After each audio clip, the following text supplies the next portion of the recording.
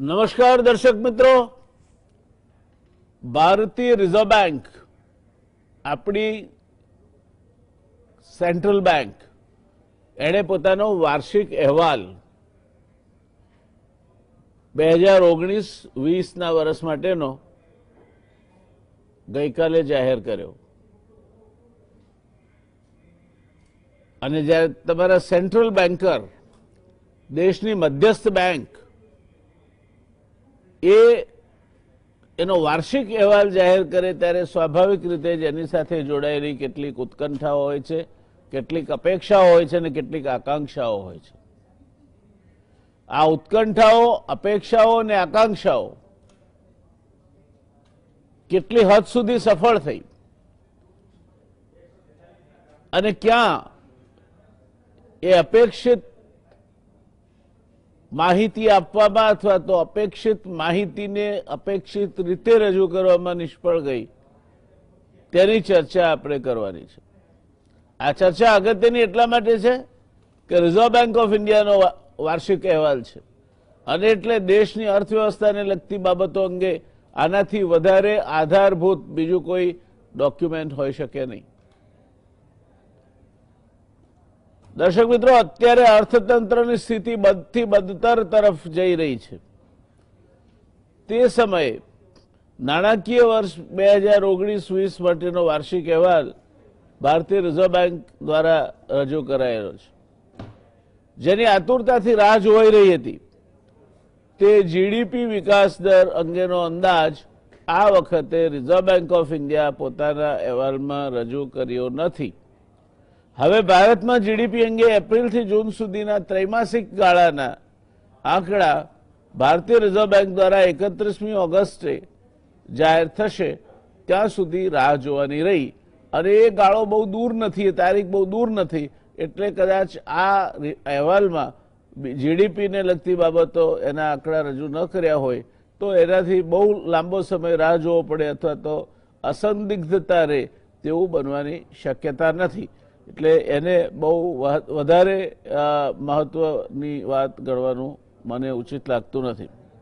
ઘર આંગણાની અને વિદેશી એજન્સીઓએ જીડીપીમાં 20% સુધીનો ઘટાડો થવાની શક્યતા વ્યક્ત કરી છે। આ અનુમાનો છે, અનુમાનો બદલાઈ પણ શકે છે। અનુમાનો હકીકતમાં ફેવરેબલ એટલે આપણને અનુકૂળ આવે તે રીતે પણ બદલાઈ શકે છે, નકારાત્મક રીતે પણ બદલાઈ શકે છે।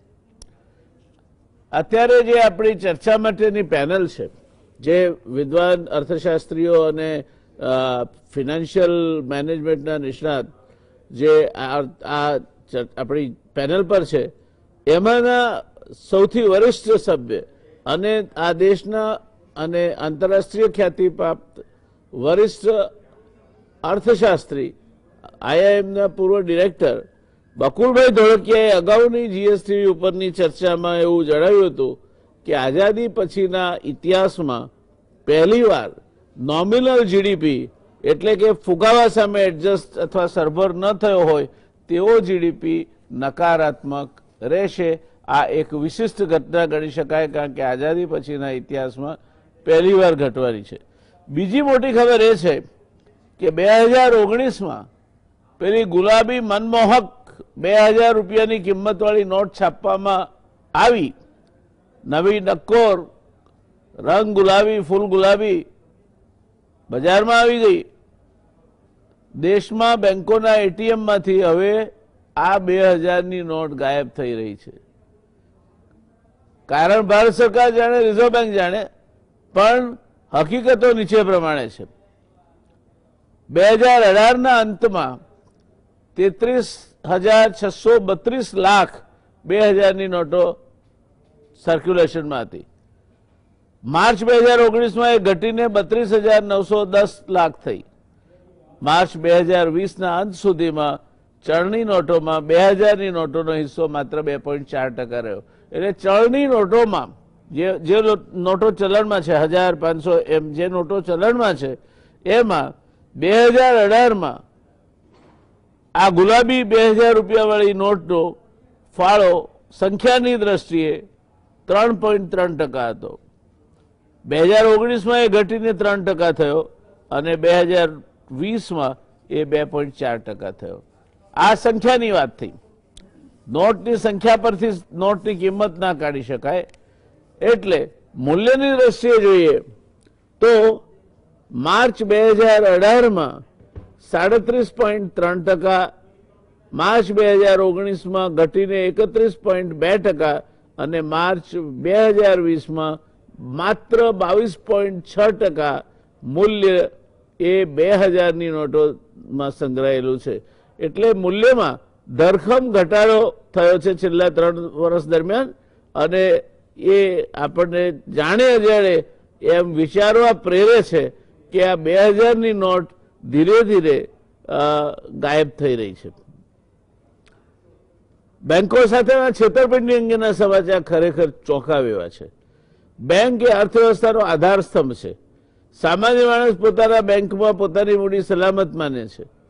2019માં 1.85 લાખ કરોડ રૂપિયાની છેતરપિંડી બેંકો સાથે થઈ.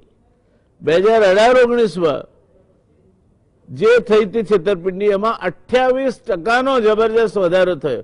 હવે આપણે દરેક છેતરપિંડી સાથે આ બેન્કિંગ તંત્ર અને રેગ્યુલેટર શીખે છે કે ભૂલે છે? બેન્કિંગ રેગ્યુલેટર અને બેન્કિંગ તંત્ર કરતા છેતરપિંડી વાળાઓ એટલા બધા હોશિયાર છે કે એક જ વર્ષમાં એમાં 28% જેટલો ઉછાળો આવે અને 1.85 લાખ કરોડ રૂપિયાની છેતરપિંડી થાય અને પૈસાની હવા થઈ જાય. આપણી ભારતીય બેંકો અને એના regulator reserve bank of India બંને માટે આ કોઈ સારી વાત નથી. નાની નાની બાબતોમાં reserve bank of India regulator તરીકે દંડો ઉગામે છે. આટલી મોટી છેતરપિંડીઓ થાય છે, નથી કોઈ એના ઉપાયો થતા. દર વર્ષે છેતરપિંડીની રકમ વધતી જાય છે, આંકડા વધતા જાય છે, સંખ્યા વધતી જાય છે. અને રિઝર્વ બેંક ઓફ ઇન્ડિયાએ એક 80-20નો નિયમ છે કે 80% કામ 20% લોકો કરતા હોય છે અને 20% કામ 80% લોકો કરતા હોય છે. તો આ 80% ઉપર ધ્યાન આપવાના બદલે તમે નાની નાની બાબતો ઉપર ધ્યાન આપીને બેંકોને દોડતી કરો છો, મેમા આપો છો, બંધ કરવાની વાતો કરો છો. અને અહીંયા હાથી આખોને આખો નીકળી જાય છે, પૂંછડી અટકાઈ રહે તે પ્રકારની પરિસ્થિતિ ભારતીય બેન્કિંગ સેક્ટરમાં છે. દોસ્તો, આજની તારીખમાં ભારતીય બેન્કિંગ સેક્ટર આપણને ક્યાં લઈ જઈને મૂકશે એનું કંઈ જ કળાર આવતું નથી. અને એટલે ભારતીય બેન્કિંગ સેક્ટરે અને રિઝર્વ બેંક ઓફ ઇન્ડિયા બંને ક્યાંક આત્મખોજ કરીને પોતાની પ્રતિષ્ઠા પુનઃસ્થાપિત કઈ રીતે થાય. અને નાણાં મંત્રાલયને જો લાગતું હોય કે એમની પ્રતિષ્ઠા આમાં દાવ પર છે તો નાણાં મંત્રાલયની પ્રતિષ્ઠા પુનઃસ્થાપિત કઈ રીતે થાય તે માટે એમણે પ્રયત્ન કરવા જોઈએ. ગેરરીતિના કુલ કેસોમાંથી 80% એટલે 1,48,400 કરોડની છેતરપિંડી માત્ર સરકારી બેંકો સાથે થઈ છે. એટલે સરકારી બેંકો એ બહુ જ જેને કહેવાય કે હેપી હન્ટિંગ ગ્રાઉન્ડ છે આ બધા છેતરપિંડી કરવાવાળાઓ સાથે. અને દર વર્ષે નવા નવા ખેલાડીઓ, નવા નવા કલાકારો આવતા જાય છે. કોઈક વખતે વડોદરામાંથી આવે, કોઈક વખત બેંગ્લોરમાંથી આવે, કોઈક વખત મુંબઈમાંથી આવે, કોઈક વખત જયપુરમાંથી આવે, કોઈક વખત વળી ઉત્તરમાંથી આવે, કોઈક વખત દિલ્હીમાંથી આવે, તો કોઈક વખત ચેન્નાઈમાંથી આવે. પણ આ છેતરપિંડી વધતી ચાલી છે. એક બાજુ બેંકોનું એનપીએ વધી રહ્યું છે. ગઈ વખતે જ બકુલભાઈ સાહેબ આપને યાદ હશે 12.5% થશે એનપીએ, એવું રિઝર્વ બેંકના ગવર્નરે કહ્યું હતું. અને એને કહ્યું હતું કે આ કદાચ હજુ વધારે વધે. ત્યારે બીજી બાજુએ જે ગતિએ છેતરપિંડીઓ ચાલી રહી છે તો એ જોતા બેંકોને પોતાની શાખ બચાવવા માટે, વાયબિલિટી બચાવવા માટે પણ હવે તરફડિયા મારવા પડે એ પ્રકારની સ્થિતિ તરફ આપણે જઈ રહ્યા છીએ. આરબીઆઈના અહેવાલ મુજબ કોવિડ સંકટના કારણે આર્થિક પ્રવૃત્તિઓ પ્રભાવિત થઈ છે. એમાં મને કે તમને કોઈને પણ આરબીઆઈના આ વિધાન સામે ના પાડવાનું કોઈ કારણ નથી. પણ રિપોર્ટ આખા વર્ષનો છે. આખા વર્ષમાં કેટલો સમય એ કોવિડ પ્રભાવિત એક્ટિવિટીનો આવ્યો, માર્ચ 2020 સુધીનો રિપોર્ટ છે. અને કોવિડનું ખરેખર જે કંઈ થયું શરૂઆત એ માર્ચમાં થઈ. બાકીના 11 મહિના કોવિડ પ્રભાવિત ઇકોનોમી હતી તે કેવું, તે મને લાગે છે કે વધારે પડતું છે. એ પહેલા પણ સતત ત્રિમાસિકમાં ભારતનો જીડીપી ઘટતો જતો હતો. કોવિડ આવ્યો, વધારે ઘટ્યો. કદાચ રિઝર્વ બેન્કે એ પ્રમાણિકતા દાખવી હોત અને એમ કહ્યું હોત કે કોવિડના કારણે વધારે તકલીફવાળી અર્થવ્યવસ્થા બની, વધારે સારું લાગત. આ તો બધું જ સાગમટે કોવિડના માથે પહેરાવી દો છો, જે 2019-20ના વર્ષ માટે સાચું નથી. કારણ કે માત્ર 1 મહિના પૂરતી જ આ પ્રવૃત્તિને અસર થઈ હોય તો થઈ હોય, બાકી ખરી અસર લોકડાઉનથી માંડીને બાકીની બધી એ એપ્રિલથી થવા માંડી હતી, એમ કહીએ તો ખોટું નથી. એટલે આરબીઆઈના આ વિધાન સાથે સંમત થવાનું જરા તકલીફવાળું લાગે છે. આરબીઆઈ રિપોર્ટમાં 2040 સુધીમાં ઇન્ફ્રાસ્ટ્રક્ચરમાં $4.5 ટ્રિલિયન રોકાણની જરૂરિયાત આપી. આ એક સારામાં સારી વસ્તુ આ છે કે પેલા અર્થશાસ્ત્રીઓએ કહ્યું છે, બકુલભાઈ સાહેબને ખ્યાલ હશે, કે in the long run all are dead. એટલે 2040 સુધીમાં તમારે $4.5 ટ્રિલિયન રોકાણ કરવાનું છે. એટલે 20 વર્ષમાં $4500 અબજ માત્ર આંતરમાળખાકીય સવલતો પાછળ રોકાણ કરવું જોઈએ, એવું આપણી રિઝર્વ બેંક શાણપરપૂર્વક કહે છે. એટલે સરેરાશ 225 અબજ અમેરિકન ડોલર, એટલે 16,650 અબજ રૂપિયા એ આંતરમાળખાકીય સવલતો માટે જરૂરી બનશે એવો રિઝર્વ બેંકનો અંદાજ છે. ક્યાંથી આવશે એ કહેવાની ચિંતા રિઝર્વ બેંકે કરી નથી, એ બહુ સારી વાત છે. રોકાણ વધારવા અને આર્થિક રિફોર્મ્સ પર ને બધું ભાર મૂકવાની વાત ચર્ચામાં આવરી લેવાશે, એની સાથે અત્યારે મારે કંઈ નિસ્બત નથી. એટલે ટૂંકમાં જે આ પોલિસી આવી છે એ પોલિસીએ લગભગ જે હકીકતો છે એનું નિરૂપણ કરવા સિવાય અને ક્યાંક એ નિરૂપણમાં થોડી આમ તેમ છૂટ લેવા સિવાય જાજુ કંઈ કર્યું હોય એવું દેખાતું નથી. ઘણી બધી અપેક્ષાઓ હતી કે અર્થવ્યવસ્થા કઈ દિશામાં જશે, અર્થવ્યવસ્થાની હવે પછીના જે આયામો છે તે કેવા હશે. છેતરપિંડીના તમે દાખલો આપો છો કે વધારેમાં વધારે 28% વધી પડે ને દાબવા માટે શું કરવું પડશે, આવી કોઈ વાત આ અહેવાલમાં ક્યાંય કરવામાં આવી નથી. કદાચ આ થિયોરેટિકલ અહેવાલ છે એટલે કંપનીના અહેવાલો આવતા હોય તેમાં પણ મોટાભાગે વર્ણનાત્મક જ હોય છે, ક્રિયાત્મક નથી હોતા. એટલે એટલા પૂરતી આપણે રિઝર્વ બેંકના અહેવાલને પણ એ રીતે જોવો જોઈએ કે વર્ણનાત્મક છે, ક્રિયાત્મક નથી. It is long on words, short on actions. આજે આપણી પાસે ચર્ચા કરવા માટે અત્યંત વિદ્વાન અને નિષ્ણાત પેનલ છે. ધોળકિયા સાહેબની ઓળખાણ ગુજરાત સમાચાર ટેલિવિઝનના દર્શકોને કોઈ જ જરૂરી નથી. વૈશ્વિક કક્ષાના અર્થશાસ્ત્રી, આઈઆઈએમના પૂર્વ ડિરેક્ટર અને ભારત સરકારના બજેટ પર સતત 40 વર્ષથી જેમના નેતૃત્વ હેઠળ અમારી પેનલ દર વર્ષે ભાષણ આપે છે તે બકુલભાઈ ધોળકિયા એ આ પેનલમાં સિનિયર મોસ્ટ અર્થશાસ્ત્રી તરીકે અમને મળ્યા એ અમારું સદભાગ્ય છે. ભાઈ અમલદત્તભાઈ ધ્રુવ ફાઇનાન્શિયલ એક્સપર્ટ છે, ચાર્ટર્ડ એકાઉન્ટન્ટ છે અને અમદાવાદની આઈઆઈએમમાંથી પણ એમણે એમનો પોસ્ટ ગ્રેજ્યુએટ ડિગ્રી મેળવી છે. એટલે ચાર્ટર્ડ એકાઉન્ટન્ટ હોવા ઉપરાંત મેનેજમેન્ટ વિષયના પણ એ જ્ઞાતા છે, સિનિયર ચાર્ટર્ડ એકાઉન્ટન્ટ છે, પ્રેક્ટિશનર છે અને ઘણી બધી રીતે એમની વિદ્વતાનો લાભ એ આપે છે. હમણાં એમણે તાજેતરમાં એક પુસ્તક પણ હમણાં એમનું છે રિવાઇઝ કર્યું છે કે કરવાના છે, એ પરિસ્થિતિ છે. હેમંતભાઈ શાહ સહકારી ક્ષેત્રમાં એમણે પીએચડી કરી છે, શિક્ષણવિદ છે, અર્થશાસ્ત્રી છે અને આંકડાઓની આરપાર ઉતરી જવાની એક અદ્ભુત ક્ષમતા દર્શાવે છે. મને લાગે છે કે કેટલાક લોકોના જન્મપત્રીમાં મારી માફક મહામજદૂર યોગ બનતો હોય છે, એમ ક્યાંક હેમંતભાઈની જન્મપત્રીમાં પણ બનતો હોય છે એવું લાગે છે. પુષ્કળ મહેનત કરે છે, પુષ્કળ આંકડાઓ સાથે મશક્કત કરે છે અને માખણ તારવીને આપણા માટે લઈ આવે છે. હેમંતભાઈ, શરૂઆત આપથી કરવી છે, કેવો લાગ્યો રિપોર્ટ આપને? કંઈ વિગતો આપવામાં આવી છે એમાંની ઘણી બધી વિગતો આપે કહી છે. બે બાબતોનો ઉલ્લેખ રહ્યો છે એટલે મને એમ થાય છે કે એ ઉલ્લેખ કરવો જોઈએ. એક તો રિઝર્વ બેન્કે એના રિપોર્ટમાં એમ કહ્યું કે જે બનાવટી અથવા નકલી નોટો છે 2019-20માં એ પકડાઈ ગઈ છે, ઘણી પકડાઈ. 2,96,695 જેટલી પકડાઈ છે અને એમાં આરબીઆઈએ પોતે પકડી 4.6% અને અન્ય બેંકોએ પકડી 95.4%.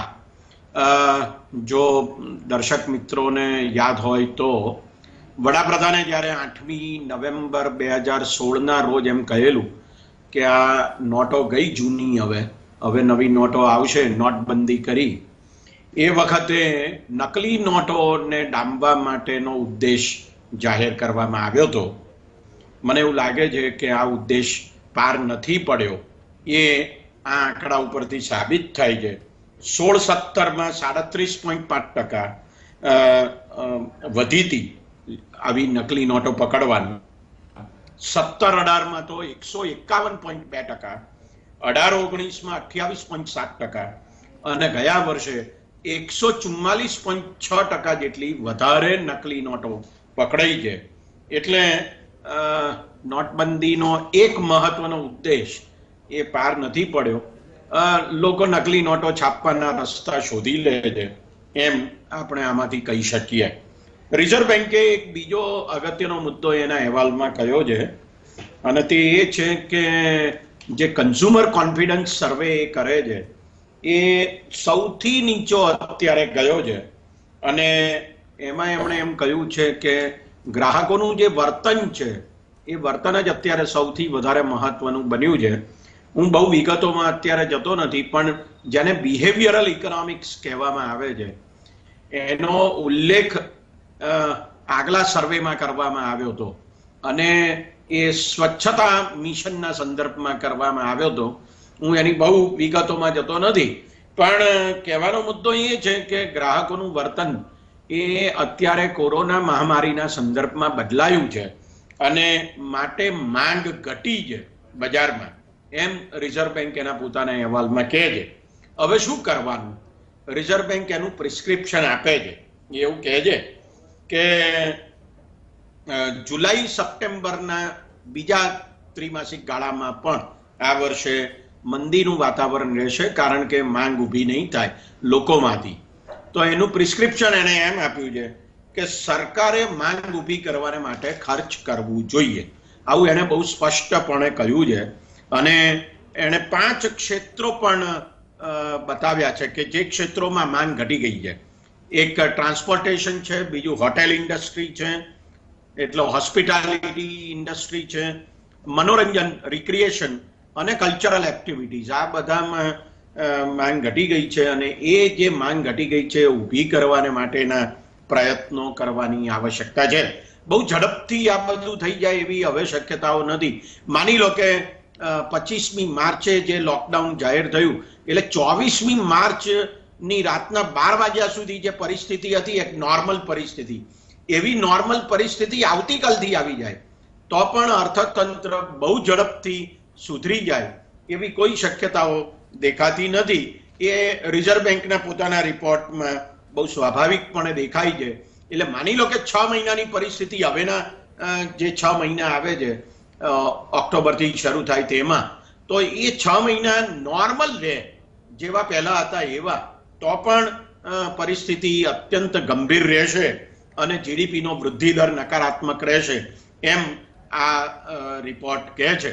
મને એવું લાગે છે કે રિઝર્વ બેન્કે જે સરકારને ખર્ચ વધારવાનું કહ્યું છે એમાં 2-3 મુદ્દાઓનું અત્યારે હું સૂચન કરું. એક મુદ્દો એ છે કે સરકારે રાજકોષીય ખાધ વધારવાની આવશ્યકતા છે. 2006-07માં એટલે 14 વર્ષ પહેલાની વાત છે, જીડીપીના ટકાની દ્રષ્ટિએ જોઈએ તો ફિસ્કલ ડેફિસિટ એ 3.5% હતી અને આપણે 7-8માં 2.7% ઉપર આવી ગયા હતા. બહુ ઈચ્છનીય દર હતો આ, જે એફઆરબીએમ કાયદામાં કહેલા છે તે પ્રકારનો આ દર 3% સુધી લઈ જવાનો. પણ જેવી મંદી આવી તો તરત જ 8-9માં એ 4.5% થઈ ગઈ અને 9-10માં તો આપણે 6.4% જેટલી રાજકોષીય ખાત કરી. હવે જુઓ તમે કે આ વર્ષે બજેટમાં 3.5% જેટલી જીડીપીના રાજકોષીય ખાત અંદાજવામાં આવી છે. હું ફરી એકવાર કહું છું, નિષ્ણાતો એમ કહે છે કે 4.5% સુધી તો જશે જ ઇફેક્ટિવ, પણ હું એમ કહું છું કે એ 6% સુધી જાય તો પણ વાંધો નથી. સરકારે વધારે ખર્ચ કરવાની આવશ્યકતા છે અને એમ કરવાથી જો સરકારનું દેવું વધે છે તો આમાંય વધે છે, એટલે એની બહુ ચિંતા કરવાની જરૂર નથી. બહુ જાણીતા અર્થશાસ્ત્રી છે એપી લર્નર, એ તો એવું જ કહે છે કે આંતરિક દેવું એ દેવું છે જ નહીં. દેશની અંદરથી જે દેવું લેવામાં આવે એ દેવું છે જ નહીં, એ તો ઇન્ટરનલ રિસોર્સ ટ્રાન્સફર છે. એકના હાથમાંથી લોકોના હાથમાંથી સરકારના હાથમાં જાય છે. લોકો ખર્ચે એના બદલે સરકાર ખર્ચે છે અને પૈસા તો લોકો પાસે પાછા આવે છે. એટલે એની ચિંતા કરવાની જરૂર નથી. સરકારી બેંકો અને સહકારી બેંકો પાસે ઘણા પૈસા છે જે સરકાર દેવું લઈને ખર્ચે. હવે સવાલ એ આવે છે કે ક્યાં ખર્ચવા કે જેથી ડિમાન્ડ ઊભી થાય માર્કેટમાં. તો 2-3 બાબતો મને સૂઝે છે. તે એ છે કે એક તો નરેગા પાછળનું જે ખર્ચ છે એ 61,500 કરોડ રૂપિયા જેટલું બજેટમાં અંદાજવામાં આવ્યું હતું અને કોરોના મહામારી પછી એમાં 40,000 કરોડ રૂપિયાનો વધારો કરવાની પણ જાહેરાત થઈ છે. મને એમ લાગે છે કે હજુ બીજા 50,000 કરોડ રૂપિયા વધારવા જોઈએ અને 100 દિવસની જે રોજગારી આપવાનો કાયદો છે એને બદલે જો એ વધી જાય અને 125 થાય કે 150 થાય તો પણ ચિંતા ના કરવી જોઈએ. એ પ્રકારની એક પરિસ્થિતિ ઊભી કરવી જોઈએ કે જેથી લોકોના હાથમાં પૈસા આવે. અને એમાં જે નિયમ છે 60-40 નો કે 60% વેજ કમ્પોનન્ટ છે, એટલે મજૂરોને વેતન આપવામાં આવે છે, એમાં પણ થોડો વધારો કરવો જોઈએ. એ 65 કે 70% જેટલું કરવું જોઈએ કુલ ખર્ચના. તો લોકો પાસે વધારે પૈસા આવશે, એટલે મશીનોથી કામ ઓછું થાય અને લોકોથી વધારે કામ થાય. એ એક અગત્યનો મુદ્દો છે. અને બીજો અગત્યનો મુદ્દો મને એમ લાગે છે કે સરકારે હમણાં જ શિક્ષણ નીતિ જાહેર કરી અને એમાં એવું કીધું છે કે જીડીપીના 6% જેટલું ખર્ચ શિક્ષણને માટે કરવું જોઈએ. સરકાર આ વર્ષથી એની શરૂઆત કરે, કારણ કે સરકાર એમ કહે છે કે 10મા ધોરણ સુધીનો ગ્રોસ એનરોલમેન્ટ રેશિયો આપણે 100% કરવો છે. અત્યારે 65%ની આસપાસ છે, એટલે 35% વધારે વિદ્યાર્થીઓ ભણે. આ આંકડો બહુ મોટો છે, કરોડોનો છે. તો એમને ભણવા માટે ક્લાસરૂમ જોઈએ, એમને ભણવા માટે શિક્ષકો જોઈએ. અત્યારે જે ખર્ચ કરવામાં આવશે તો મને લાગે છે કે વધારે સારી રીતે લોકો સુધી એ ખર્ચ પહોંચશે. You are on a very important point. પણ થોડીક વાર રોકાવું પડશે એક નાનકડા કમર્શિયલ બ્રેક માટે. અને I would feel that this deserves a separate discussion કે નરેગાનું નાણાંનું wealth creation, budgetary provision vis-a-vis other things, શિક્ષણ પોલિસીના 6%, આપણે અલગ મુદ્દો લઈશું. આજે આપણી ચર્ચાને રિઝર્વ બેંકના ઇસ્યુઝ પૂરતી જ મર્યાદિત રાખીએ તો વધારે સારું રહેશે. દર્શક મિત્રો, રોકાઈશું આપણે એક નાનકડા બ્રેક માટે. નમસ્કાર દર્શક મિત્રો, એક નાનકડા કમર્શિયલ બ્રેક બાદ ફરી એકવાર આપનું સ્વાગત છે. ચર્ચા ચાલી રહી છે રિઝર્વ બેંક ઓફ ઇન્ડિયાએ જે અહેવાલ બહાર પાડ્યો, વાર્ષિક અહેવાલ તેના પર. અને એ વાર્ષિક અહેવાલમાં એક ખૂબ જ અગત્યની વાત બહાર આવી, એ 2000 રૂપિયાની નોટને સ્પર્શે છે. 2000 રૂપિયાની નોટ અદ્રશ્ય થઈ રહી છે. એમાં એની સંખ્યાની દ્રષ્ટિએ જોઈએ તો 2018માં 3.3% હતી, ઘટીને 19માં 3% થઈ, 2020માં 2.4% થઈ. પણ કિંમતની દ્રષ્ટિએ એની ટકાવારી જોઈએ તો કુલ ચલણી નોટોની કિંમત થાય એમાં 2018માં એ 37.3% ભાગ રાખતી હતી, એના બદલે 2020માં 22.6% થઈ ગયો. એટલે ધીરે ધીરે લાગે છે કે આ ગુલાબી નોટ, એ ગુલાબી નોટની ગુલાબી જે પિંક કહેવાય એ ઉડતું જઈ રહ્યું છે.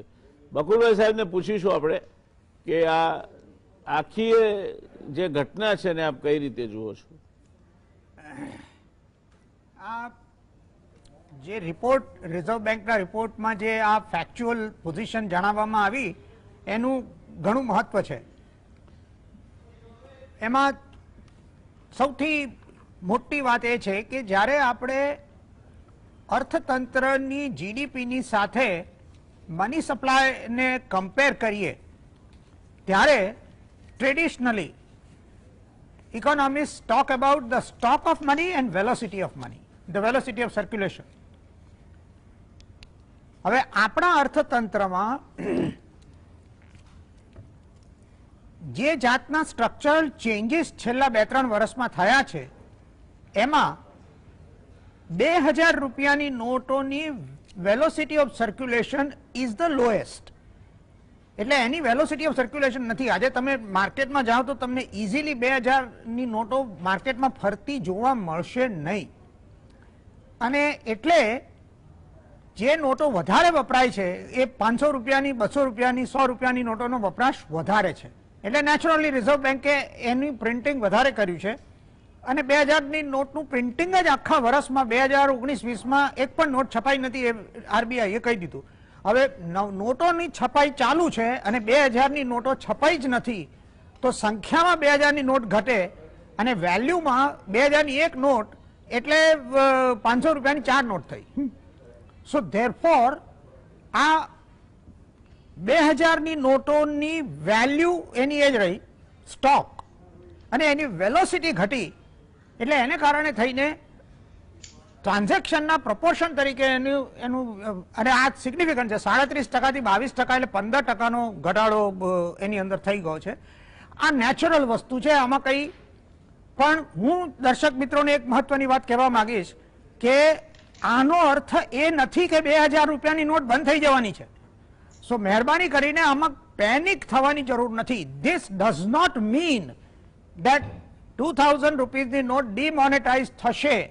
અત્યારના એક ખોટું વાતાવરણ ઊભું થયેલું છે અને એણે પણ વેલોસિટી ઓફ સર્ક્યુલેશનમાં ઘટાડો થયો એમાં કોન્ટ્રીબ્યુટ કર્યું છે.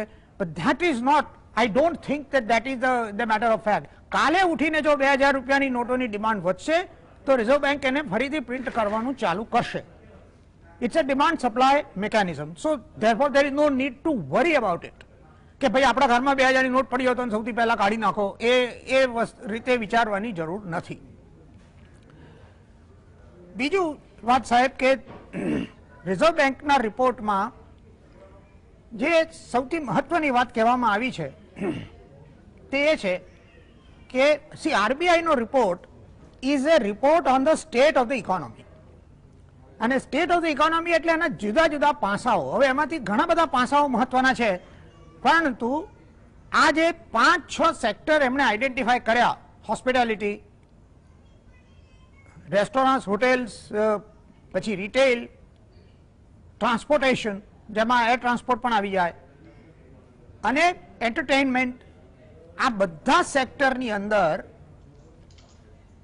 સબસ્ટેન્શિયલ પ્રમાણમાં મંદી છે. અને પ્લીઝ રિમેમ્બર કે આ બધા સર્વિસ સેક્ટર છે. એટલે service sector has been badly affected. Manufacturing is affected એ વસ્તુ હવે કહેવાની જરૂર રહી નથી. એટલે રિઝર્વ બેન્ક ઇનડાયરેક્ટલી તમને કહી રહ્યું છે કે મેન્યુફેક્ચરિંગ અને સર્વિસ સેક્ટર બંનેની અંદર પ્રોબ્લેમ છે. પણ જે વધારે મહત્વની વાત રિઝર્વ બેન્કે આ રિપોર્ટમાં કહી છે તે છે કે આ જે 5-6 આઈડેન્ટિફાઈડ સેક્ટર્સ છે એમાં એનપીએનું પ્રપોર્શન સિગ્નિફિકન્ટલી વધવાનો ચાન્સ છે. કારણ કે આ બધા સેક્ટરની અંદર એક્ટિવિટી જ નથી. અને એક્ટિવિટી નથી એટલે મોરેટોરિયમ જ્યારે 31મી ઓગસ્ટમાં પતી જશે, એટલે 6 મહિનાનું મોરેટોરિયમ હતું, માર્ચથી ઓગસ્ટ, એ પતી જશે ત્યાર પછી આના બધા ઇન્સ્ટોલમેન્ટ્સ ડ્યુ થશે. અને એ ઇન્સ્ટોલમેન્ટ્સમાં 31મી માર્ચ સુધીની રાહત છે ફોર ક્લાસિફિકેશન એઝ એનપીએ, પણ 31મી માર્ચ પછી નથી. હવે 31મી માર્ચ પછી આ બધા નોન પરફોર્મિંગ એસેટ્સ થાય એની પોસિબિલિટીઝ રિઝર્વ બેન્કે ક્લિયરલી ઇન્ડિકેટ કરેલી છે આની અંદર. અને એટલા માટે હવે કામતની કમિટી છે કે જે બેંકોના રિસ્ટ્રક્ચરિંગ માટે નો રિપોર્ટ આપશે. એટલે જે રિસ્ટ્રક્ચરિંગ ઓફ એનપીએસ ને એસેટ્સની જે વાત છે એની અંદર ફ્યુચરિસ્ટિક એંગલ બેંકોએ લેવો પડશે. આ અધ્યાહાર વસ્તુ રિઝર્વ બેન્કે કહી છે. That the banks will have to worry about not just the current state of NPAs but also projected state of NPAs over next 1 to 2 years. હવે સાહેબ ક્રેડિટ સાયકલમાં જ્યારે રિસેશન આવે ત્યારે એનપીએસ વધે, આ તો કોમન વસ્તુ છે, આમાં કોમન સેન્સ છે, એટલે દરેક વખત ભૂતકાળમાં બધી ક્રેડિટ સાયકલ્સની અંદર એનપીએસ વધેલા છે. આ વખતે એ પરિસ્થિતિ સૌથી વધારે ખરાબ હોવાની છે, કારણ કે આ વખતનું રિસેશન પણ સૌથી વધારે ખરાબ હોવાનું છે. બીજી મહત્વની વાત જે રિઝર્વ બેંકના રિપોર્ટમાં કહેવામાં આવી છે તે છે કે આપણા ટ્રેડની અંદર there is a significant problem. April થી જૂનના ક્વાર્ટરમાં, એટલે આ ફાઇનાન્શિયલ યરનું પહેલું ક્વાર્ટર, એપ્રિલ થી જૂનના ક્વાર્ટરમાં આપણા એક્સપોર્ટ્સમાં 66% ઘટાડો થયો છે કમ્પેર ટુ લાસ્ટ ક્વાર્ટર. એટલે 2018-19ના ક્વાર્ટરમાં જે હતું એની કમ્પેરિઝનમાં 19-20ના ફર્સ્ટ, એટલે કે 20-21ના ફર્સ્ટ ક્વાર્ટરમાં આ પરિસ્થિતિ છે. અને ઇમ્પોર્ટની અંદર 46%નો ઘટાડો થયો છે. પણ કારણ કે આપણો ઇમ્પોર્ટ એક્સપોર્ટ કરતા ઘણો વધારે હતો એટલા માટે આપણે ટેમ્પરરીલી ટ્રેડ સરપ્લસની પરિસ્થિતિની અંદર આવ્યા. પણ આ જે ઇન્ડિકેટર્સ છે એ બતાવે છે કે આપણું રિસેશન ફર્સ્ટ ક્વાર્ટરમાં કેટલું ડીપ હશે. દેટ યુ નો, હવે 66% એક્સપોર્ટ ઘટે એક ક્વાર્ટરમાં અને 46% ઇમ્પોર્ટ ઘટે. I mean, this is something which is unprecedented. આવું કદી બન્યું નથી. So these are indicators of the severity of the problem. કે પ્રોબ્લેમ કેટલો સિરિયસ છે અને કેટલો સિવિયર છે. જી.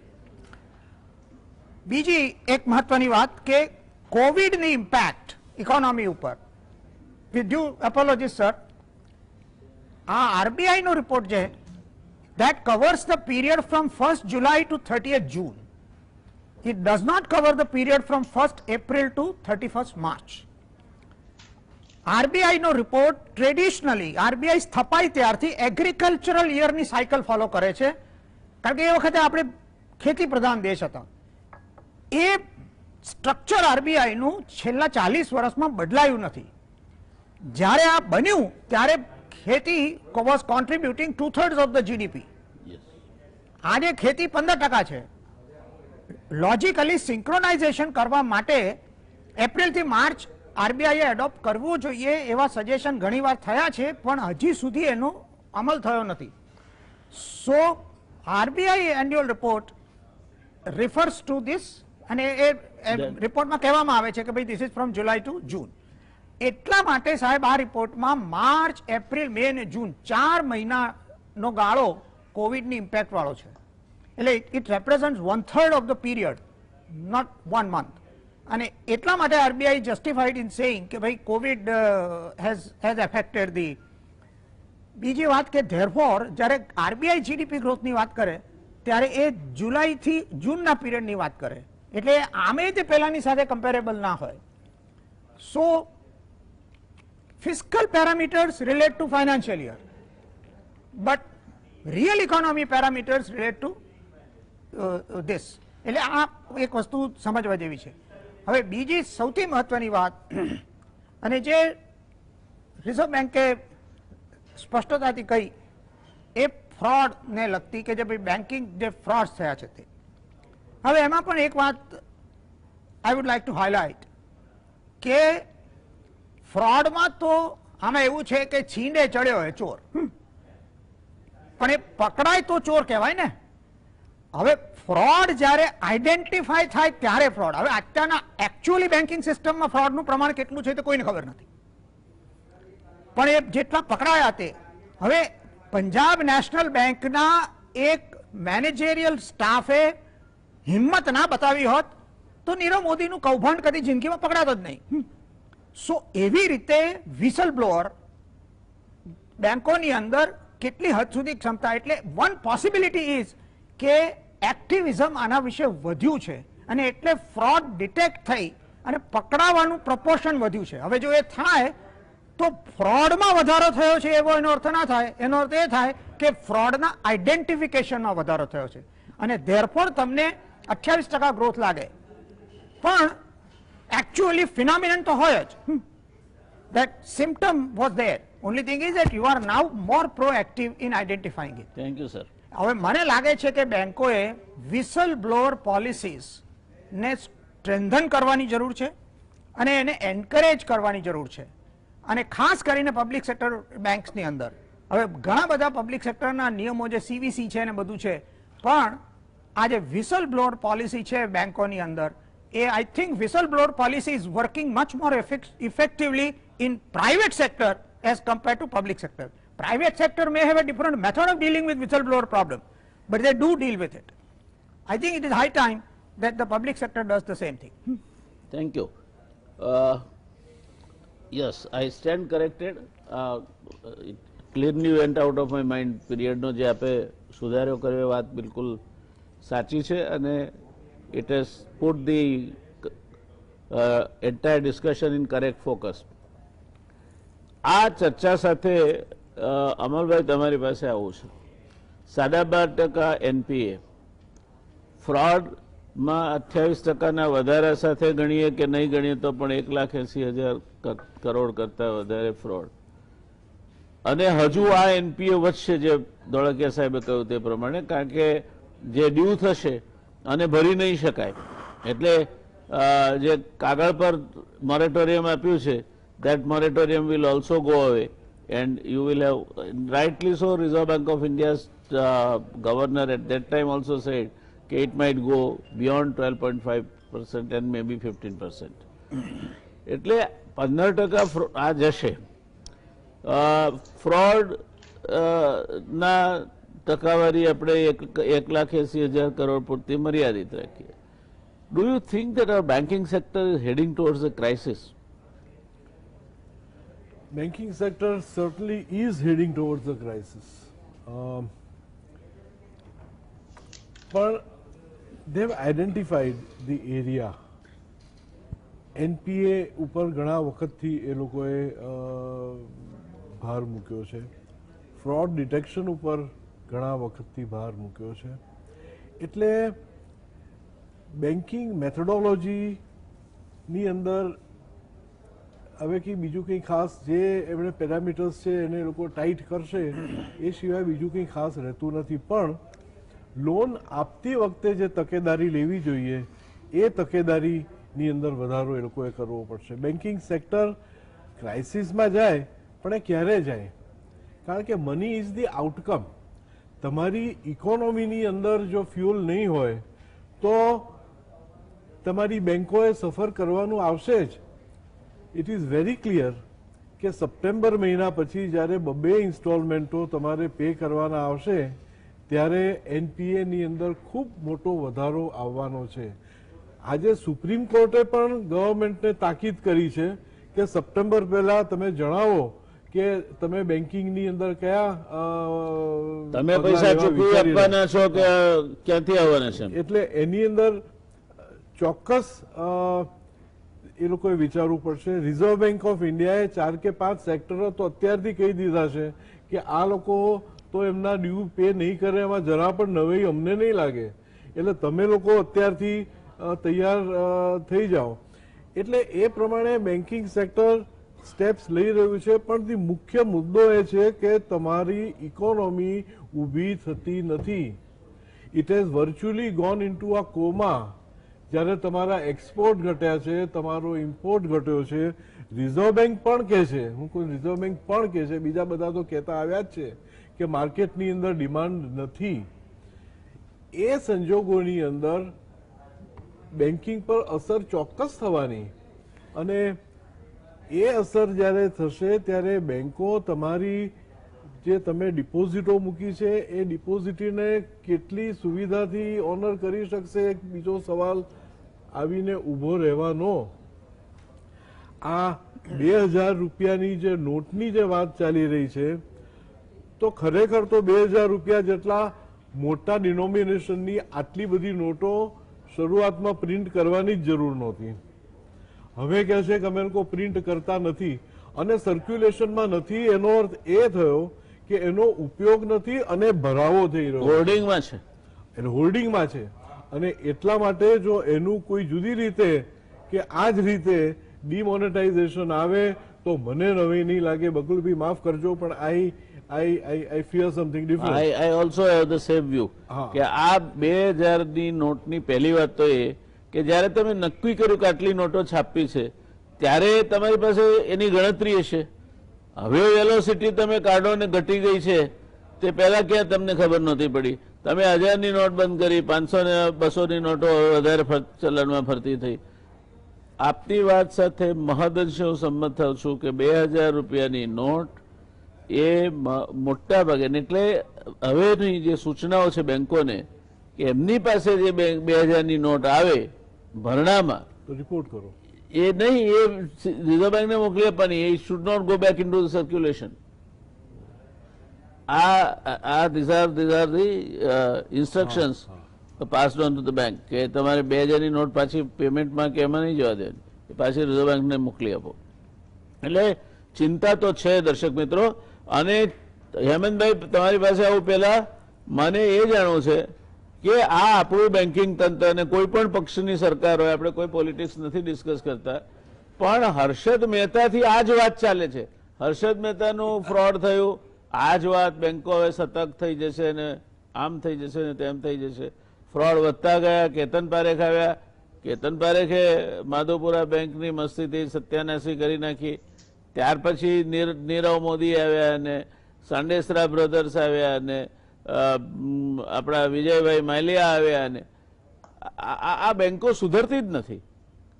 અને એનું એક કારણ એ ઘણા બધા કિસ્સાઓમાં ક્યાંક ને ક્યાંક કોઈ રાજકીય હાથ રહેલો હોય તેવું હોઈ શકે. શું માનવું છે આપનું? આપની વાત બિલકુલ સાચી છે, કારણ કે રાજકીય દરમિયાનગીરી સિવાય આટલી મોટી છેતરપિંડીઓ થઈ શકે નહીં, કોઈ પણ પોલિટિકલ પાર્ટી હોય. એટલે કહેવાનો મુદ્દો એ છે કે જે સરકારીકરણ છે બેંકોનું, એમાં જે રાજકીય દખલગીરી થાય છે, એ દખલગીરી ન થવી જોઈએ અને એમને પ્રોફેશનલી મેનેજ કરવા દેવું જોઈએ. જો એ પ્રકારની પરિસ્થિતિ છે, આપણે સામાન્ય રીતે પબ્લિક સેક્ટર યુનિટ્સ માટે પણ કહીએ છીએ કે એમાં પ્રોફેશનલ મેનેજમેન્ટ હોવું જોઈએ. બરાબર એ જ પ્રકારની પરિસ્થિતિ બેંકોમાં પણ હોવી જોઈએ કે એમાં પ્રોફેશનલ મેનેજમેન્ટ હોવું જોઈએ. હવે તકલીફ શું થઈ ગઈ અત્યારે કે બેંકો નબળી પડે તો નબળી બેંકોને ભેગી કરો ને એક મોટી મર્જ કરીને મોટી બેંક બનાવો. એનાથી પ્રશ્નનો ઉકેલ નથી આવતો. એનાથી તો પ્રશ્ન જરા વધારે કેન્દ્રીકૃત બને છે, સેન્ટ્રલાઇઝ સિસ્ટમ ઊભી થાય છે. એટલે મને એવું લાગે છે કે આ મુદ્દો ખરેખર વધારે મહત્વનો છે. અને બેન્કિંગ ક્ષેત્રે જે સુધારા કરવાની આવશ્યકતા છે, ખાસ કરીને વહીવટમાં પ્રોફેશનલ મેનેજમેન્ટ લાવવાના સંદર્ભમાં સુધારા કરવાની આવશ્યકતા છે, તે થવા જોઈએ. રીકેપિટલાઇઝેશન ભલે થાય, પણ એ રીકેપિટલાઇઝેશન પેલી એનપીએ ના કારણે થાય એ બહુ મોટી ખરાબ બાબત છે એમ આપણે કહેવું જોઈએ. એક જ મુદ્દો આરબીઆઈ ના રિપોર્ટના સંદર્ભમાં કહેવો છે, અને તે એ છે કે મોનેટરી પોલિસી કમિટીએ પણ એવું કહ્યું છે, જે રિપોર્ટ નોંધે છે કે 2021નો જે રિયલ જીડીપી ગ્રોથ રેટ છે એ નકારાત્મક રહેશે. તો અને બીજી બાજુ આ રિપોર્ટ એવું પણ કહે છે કે શહેરી વિસ્તારોમાં ડિમાન્ડ ઓછી ઘટી છે, વધારે ઘટી છે, અને ગ્રામ વિસ્તારોમાં ડિમાન્ડ ઓછી ઘટી છે. એણે એવું કહ્યું છે કે જુઓ, ટ્રેક્ટરનું વેચાણ એ 38.5% જેટલું વધ્યું છે, ઘટ્યું નથી કોરોના મહામારીના સંદર્ભમાં પણ. અને મોટર બાઇકનું એટલે મોટરસાયકલનું જે ઘટેલું વેચાણ હતું એ પણ થોડું વધ્યું છે. તો આનો અર્થ શું છે? આનો અર્થ એ છે કે ખેતી ક્ષેત્રે જે આર્થિક પ્રવૃત્તિ થવી જોઈએ એ આ કોરોના મહામારીના સંદર્ભમાં પણ ચાલુ રહી છે, મહદઅંશે. પણ બીજી બાજુ ઉદ્યોગો અને સેવાઓ બંને ક્ષેત્રે એકમો બધા ખાસ્સા ઠપ થઈ ગયા, અને એને પરિણામે આ મુસીબત ઊભી થઈ છે. મને લાગે છે કે આના ઉપર સરકારે વિશેષ ધ્યાન આપવાની આવશ્યકતા છે કે જેથી ટકાઉ વપરાશી ચીજોનું જે વેચાણનું પ્રમાણ છે એપ્રિલ જૂનના ગાળા દરમિયાન જે 33% જેટલું ઘટી ગયું છે, ઉતારું વાહનોનું વેચાણ લગભગ 20% જેટલું ઘટી ગયું છે એમ રિઝર્વ બેંકનો રિપોર્ટ કહે છે.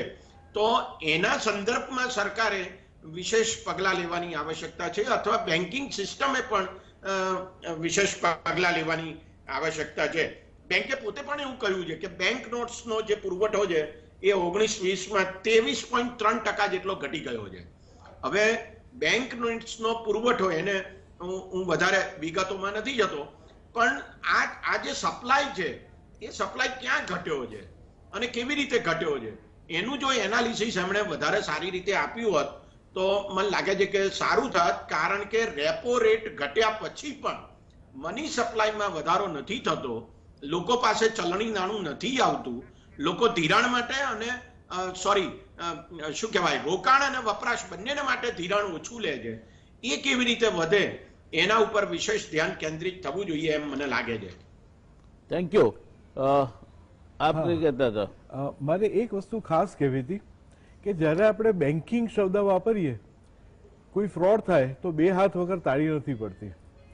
એટલે વેન યુ સે બેન્કિંગ, આપણા બોરોવરે પણ એટલા સજાગ અને ઓનેસ્ટ થવાની જરૂર છે, અને બેંકવાળાએ પણ એમની ચકાસણી અને એમનો ફોલોઅપ વધારે સારો કરવાની જરૂર છે. બંને હાથે એ વસ્તુ થાય. આપની વાત સાચી છે, પણ બેંકોની એટીટ્યુડ તો એવી હોય છે કે જે ઓનેસ્ટ છે એ ઓનેસ્ટ નું બરાબર તેલ નીકળે, અને જે ડિસઓનેસ્ટ છે they get the red carpet treatment, કારણ કે ત્યાં જે કઈ કમિશનો ચૂકવાઈ જાય.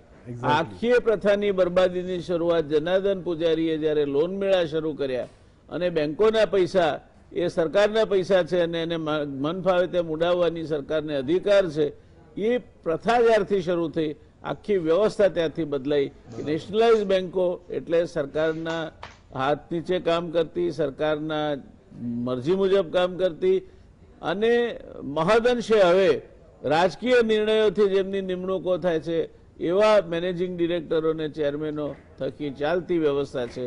અને એટલા માટે જ દર્શક મિત્રો, આવનાર સમયમાં અમલભાઈએ જે વ્યક્ત કરી છે દહેશત કે આ બેંકોમાં પડેલા પૈસા તમને સલામત રહેશે, સલામતીપૂર્વક પાછા મળશે અને તમે બેંકોના પૈસાને વાપરી શકશો.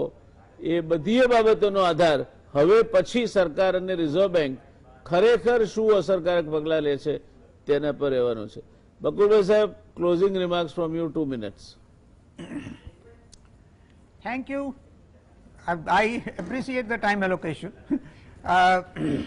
Now, આ રિઝર્વ બેંકના રિપોર્ટની અંદરનું મેક્રો ઇકોનોમિક ફ્રેમવર્ક શું છે એના વિશે તો આપણે વાત કરી જ નથી. એનું કારણ છે કે બધી નિટીગ્રીટીઝની અંદર એ વાત કરવાનો વારો જ નથી આવ્યો. આમાં ઇકોનોમીને રિવાઇવ કરવા માટે ઇન્વેસ્ટમેન્ટ સાયકલ રિવાઇવ થવી જરૂરી છે અને કન્ઝમ્પશન એક્સપેન્ડિચરની સાયકલ રિવાઇવ થવી જરૂરી છે. સરકારે જે પગલાં ભર્યા એમાં ગયા સપ્ટેમ્બરમાં જે મેજર ટેક્સ રિલીફ આપી કોર્પોરેટ ટેક્સમાં એની અંદર, એમાં એક્સપેક્ટેશન વોઝ કે કોર્પોરેટ સેક્ટર તરફથી ઇન્વેસ્ટમેન્ટ સાયકલ રિવાઇવ થશે. જ્યારે અર્થતંત્ર તે વખતે ઓલરેડી સ્લો ડાઉનમાં હતું, એટલે કોર્પોરેટ સેક્ટરે આજે ટેક્સમાં રાહત મળી એનો ઉપયોગ ડેટને રિટાયર કરવામાં કર્યો અને પોતાની કેશ મેનેજમેન્ટ અને કેશ ફ્લોઝને વધારવામાં કર્યો, ઇન્વેસ્ટમેન્ટમાં ના કર્યો. અને એ બહુ લોજિકલ હતું. એનું કારણ છે કે જ્યાં સુધી માંગ દેખાય નહીં માર્કેટમાં ત્યાં સુધી ઇન્વેસ્ટમેન્ટ કરવાનો અર્થ નથી. It is very simple that demand is a driving force for investment. આમાં કોઈ બહુ ઝાઝું વિચારવાનું છે નહીં. એટલે એ ટેક્સ રાહત મળી, એમાંથી ડેટ રિસ્ટ્રક્ચરિંગ થયું અને કંપનીઓની ડેટ ઇક્વિટી પોઝિશન સુધરી, કંપનીઓની બેલેન્સ શીટ ક્લીનર થઈ. મોટાભાગની કંપનીઓએ પોતાનું ડેટ ઓછું કર્યું. હવે જ્યાં સુધી કન્ઝમ્પશનનો પ્રશ્ન છે, બહુ જ કોન્ટ્રાડિક્ટરી વસ્તુ છે કે એક તરફ આપણે કહીએ છીએ કે આ જેમ અમલભાઈએ કહ્યું કે બેંકો તરફથી લોકોનો વિશ્વાસ ઉઠી ગયો છે, પણ મેટર ઓફ ફેક્ટ ઇઝ કે ફર્સ્ટ ક્વાર્ટર 1 એપ્રિલથી 30 જૂન સુધીમાં 6 લાખ કરોડની એડિશનલ ડિપોઝિટ્સ બેન્કિંગ સેક્ટરમાં આવી છે, in spite of the fact કે ઇન્ટરેસ્ટ રેટ્સ ઘટીને 6% નીચે જતા રહ્યા છે. લોકો 5% ને 5.5% બેંકોમાં પૈસા મૂકે છે પણ એને ખર્ચ નથી કરતા. રિઝર્વ બેંકના રિપોર્ટમાં એ પણ કહેવામાં આવ્યું છે કે ડિસ્ક્રિશનરી સ્પેન્ડ જતો રહ્યો છે. બધી જ જાતનું discretionary, consumer durables, even consumer non durables. લોકો હવે પૂછે છે કે આ ઇસેન્શિયલ છે કે નહીં. ઇસેન્શિયલ નહીં હોય તો આપણે ખર્ચો કરવો નથી. એટલે જાત જાતના ખર્ચાઓ જે ડિસ્ક્રિશનરી એક્સપેન્ડિચર કહેવાય, જે લોકો કરતા હતા એ બંધ થઈ ગયા છે. Now, discretionary expenditure constituted a substantial part of consumption expenditure. અને કારણ કે એની અંદર કોવિડના લોકડાઉનને કારણે થઈને ઘટાડો થયો છે, અને હવે અનલોક થયા પછી લોકોને રિયલાઇઝ થયું છે કે આ ખર્ચા નકામા હતા, એટલે ખર્ચા કરવાની જરૂર નથી, એનાથી કોઈ ખાસ વેલ્યુ એડ થતી નથી. આજે તમે વિચાર કરો કે રેસ્ટોરન્ટ બિઝનેસ કેમ નથી ચાલતો, કે ટેક હોમ લોકો કેમ નથી મંગાવતા, બંધ થઈ ગયા, કારણ કે લોકોને આદત છૂટી ગઈ. હવે એટલા માટે નવા એક્સપેન્ડિચર પેટર્ન્સ ને કરવા પડશે. એ જ્યાં સુધી બજારમાં નહીં આવે ત્યાં સુધી આ so now there is a tremendous mismatch. Saving rate વધ્યો છે અને ઇન્વેસ્ટમેન્ટ રેટ વધી નથી રહ્યો. બકુલભાઈ સાહેબ, છેલ્લે આપણે હવે ક્લોઝ કરીએ છીએ. આપનું એક જ નાનું માર્ગદર્શન દર્શક મિત્રોને જોઈએ છે કે આ દેશમાં એમના પૈસા એની કિંમત ઘસાતી જાય છે અને સલામતી બાબતમાં પણ એમને કેટલાક પ્રશ્નાર્થો છે. એમની પાસે આ બધા સ્ટેટિસ્ટિક્સ નથી, પણ એમના પોતાના ચિંતાઓ છે. તો આ અર્થવ્યવસ્થા એકાદ વર્ષમાં પાછી પાટા પર તો આવી જશે ને? જો હવે બધા જ મુખ્યમંત્રીઓ દરેક રાજ્યના નક્કી કરે કે હવે કોઈ જગ્યાએ આપણે લોકડાઉનનો ઉપયોગ કોરોનાને કંટ્રોલ કરવામાં નહીં કરીએ અને એમાં યુનિફોર્મિટી થઈ જાય, અને આપણા દેશમાં 1 ઓક્ટોબર પછી કોઈ ડિસ્ટ્રિક્ટ કોઈ જગ્યાએ લોકડાઉન ના હોય, ફક્ત માઇક્રો ઝોન્સ હોય, બાકી કશું ના હોય, તો આપણે રિવાઇવલની દિશામાં પહેલો પગલું ભરી શકીએ. Thank you sir. I think બહુ સાચી વાત કહી બકુલભાઈ સાહેબે. લોકડાઉને આપણને જેટલું નુકસાન કર્યું છે એટલું કોવિડે નથી કર્યું. આ વાત સાથે દર્શક મિત્રો અને કંઈક સારું થશે એવી અપેક્ષા સાથે આપણે આજની ચર્ચા પૂરી કરીએ છીએ. મળીશું આવતીકાલે વળી પાછા એક નવા વિષય સાથે. ત્યાર સુધીમાં શુભરાત્રી. Take care.